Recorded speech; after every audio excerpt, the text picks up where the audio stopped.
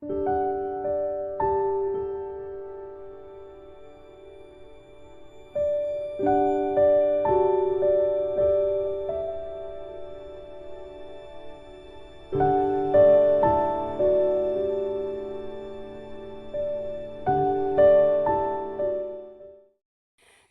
morning, beloved saints. This is weird. I didn't do the video I was gonna do. I felt you needed to hear this, and the Philippians came to my head, so I went to Philippians 1 and immediately got this message. So I'm gonna give it to you. This is Paul writing to the saints at Philippi. He has been put in jail. He's gone through a lot for the faith. Uh, and this he says in verse 12.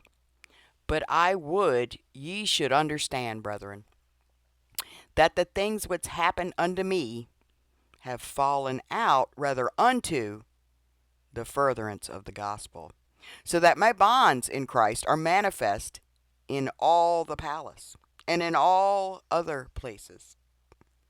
He is, I believe, he was sent to speak in front of Agrippa, and then he insisted to be seen by Caesar himself. So this is possibly that palace. I'll have to check which one.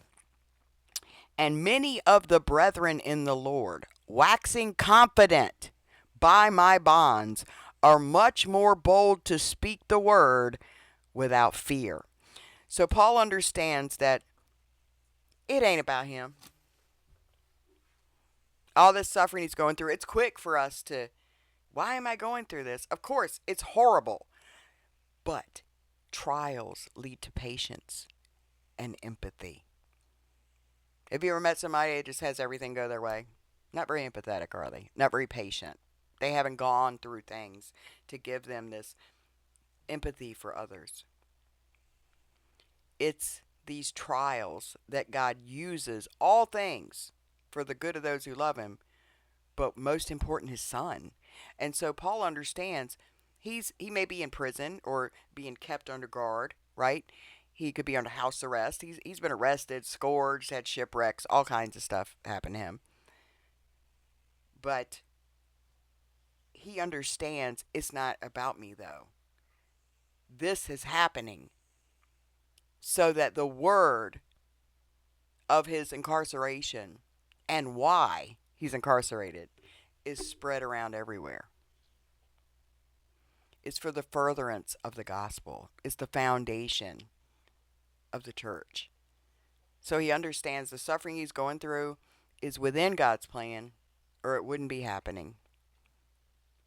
So it's a hard thing, you guys, when we face things that they're just not fun. They're really horrible, and you're just like, why? And I've seen so many believers just go through ridiculous things, from stupid lawsuits. They did nothing wrong, and it cost them a lot, to illnesses and just problems with business, or just to go through a lot. And especially if it's for the cause of Christ, we are supposed to rejoice. So if any of it is because of his name, we should rejoice. But just know that no matter what you're going through, it's not forever. And God will get you through that. He knows what he's doing. He's on the throne. None of this has shocked him. And I was thinking yesterday, I was hurt. And so the thought came to me, do you know that song? It says, just a little talk with my Jesus. You know that song? It's old bluegrass gospel. Makes it right. Do you know that? All right. Do you know that song? Just a little talk with my Jesus. And I thought of that. I was like, if I talk to you about betrayal, I think you get it, right? I can't go to him and be like, oh, but I was betrayed. Huh, really? Were you? It's like, one of his inner betrayed him to his death. So, yeah, he gets it. And I find the comfort in that. I find, well, Lord, you went through it and you showed so much grace. I still don't know how. When he's in that physical pain, being mocked and torn, and just that love, that level of love, I just can't understand. But Paul seems to understand, hey, this is going to be for a good thing. So don't let it discourage you. It actually should be giving you boldness to proclaim the gospel. People hearing about me being here in the palace and it's getting spread around, it's encouraging people to speak up and lose their fear. So it's being used for good. And we never know. We never know. If we proclaim we're Christian, when we go through something, it's hard. But our first instinct is to hear him. Let's sit down, slow down. What am I hearing from you? It'll always be grace. It'll always be patience and trust. And it's so hard because we want out of it now, or at least we want to know how we're going to get out of it, right?